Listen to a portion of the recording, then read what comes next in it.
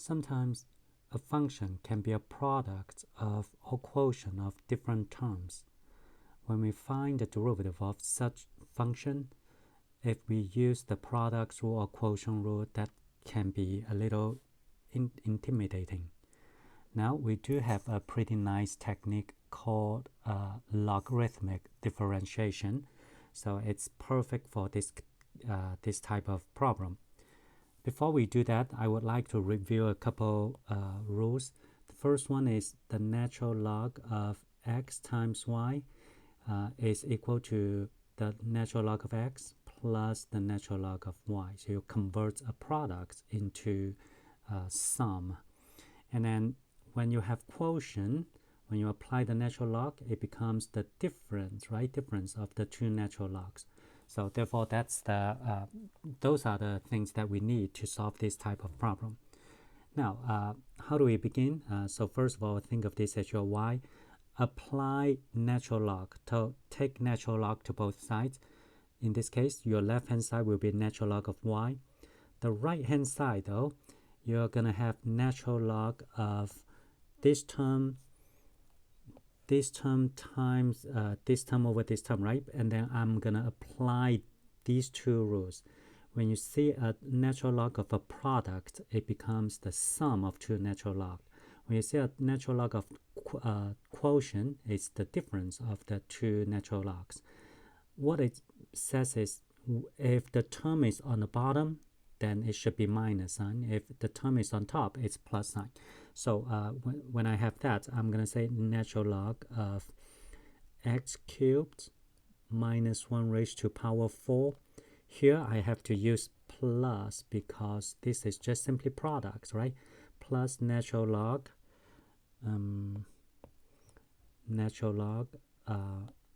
square root of 3x minus 1, and then minus natural log x squared plus 4. Where's this from? Simply from these two rules. Now, another rule that we want to use is this power 4. Another rule that we want to use is this power 4 can be moved to the front, and here this square root can be considered as 3x minus 1, the whole quantity raised to power 1/2, and then 1/2 can be moved to the front. Let's apply that. So this is going to be 4 times natural log of x cubed minus 1 plus 1/2 natural log of 3x minus 1 minus natural log of x squared plus 4. So this is the natural log of y.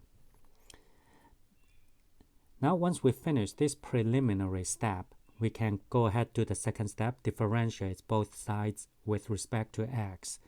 In this case, the left side is going to be 1 over y times y prime, right? So according to the chain rule, it will be y prime over y. The right hand side is going to be 4 times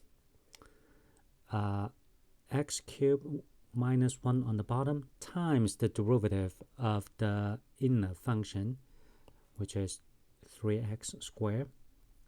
We did mention that when you have natural log of f of x, the derivative will be f prime over f.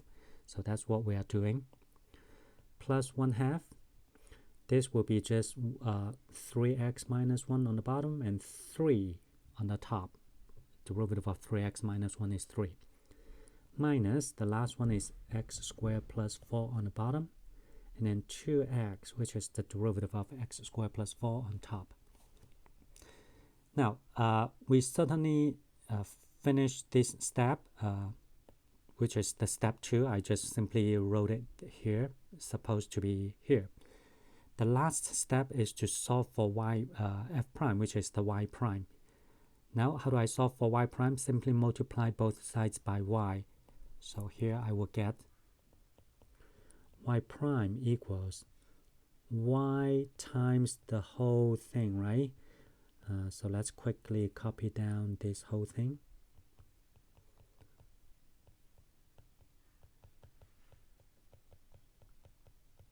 Okay, and what is y? What is y? Y is what we begin with.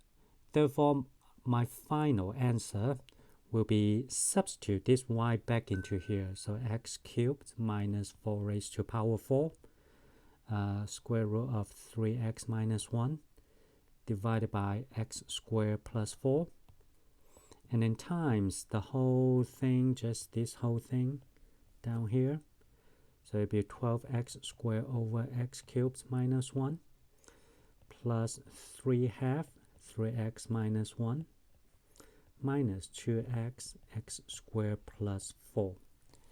Now, I would certainly encourage you to try, if you are able to just apply the product rule, power rule, quotient rule for this particular function. That will be a little much more complicated than this particular method. This particular method, the nice thing is converts, when you take the natural log, it converts the products and quotient into sum and difference. And it is quite easy to find the derivative of natural log. Okay, so this method is called the logarithmic differentiation. When will this method be applied? It will be very helpful when you see a product or quotient or with powers, many different terms combined together. Then this method will be very helpful.